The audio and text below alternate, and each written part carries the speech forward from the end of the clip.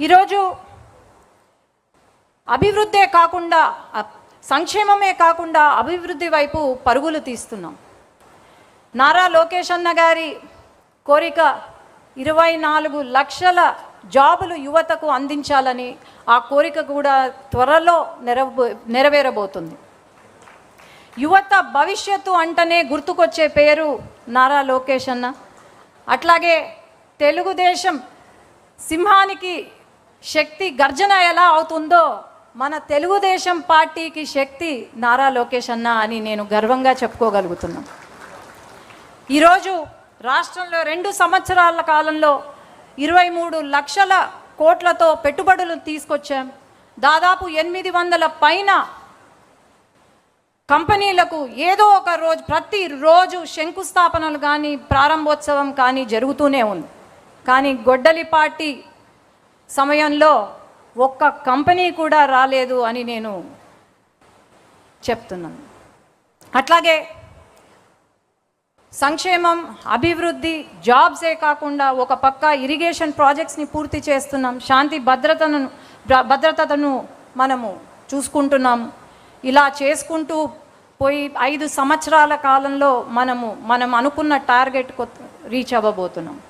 అలాగే నా speech complete చేసే ముందు యువగలం పాదయాత్ర గురించి చెప్పాలి.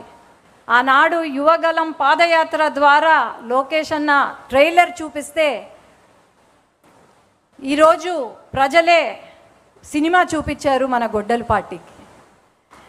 ఆనాడు ప్రతి అడుగున అడ్డంకులే, ఆ అడుగులు ఈరోజు శక్తిగా మారి, ఆనాడు యువగలం అడుగులే ఈరోజు శక్తిగా మారాయని గర్వంగా చెప్తున్నాను.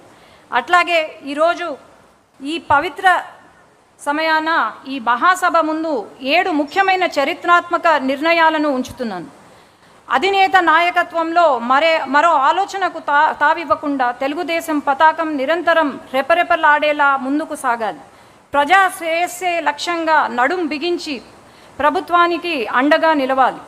ప్రత్యర్థుల దుష్ప్రచారాన్ని గ్రామ స్థాయి నుండి రాష్ట్ర స్థాయి వరకు బలంగా తిప్పికొట్టాలి.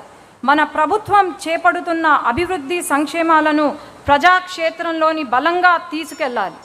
ఆధునీకరించబడిన పార్టీ సిద్ధాంతాలను ప్రతి కార్యకర్త చిత్తశుద్ధితో ప్రజల్లోకి తీసుకెళ్లి ప్రచారం చేయాలి. మన రాజకీయ ప్రత్యర్థి జిత్తులమారి నక్క లాంటివాడు. అతని అవినీతి అక్రమాలపై ప్రతి కార్యకర్త డేగ కన్నులతో నిఘా వేస్తూ ప్రజలకు నిత్యం వివరిస్తూనే ఉండాలి.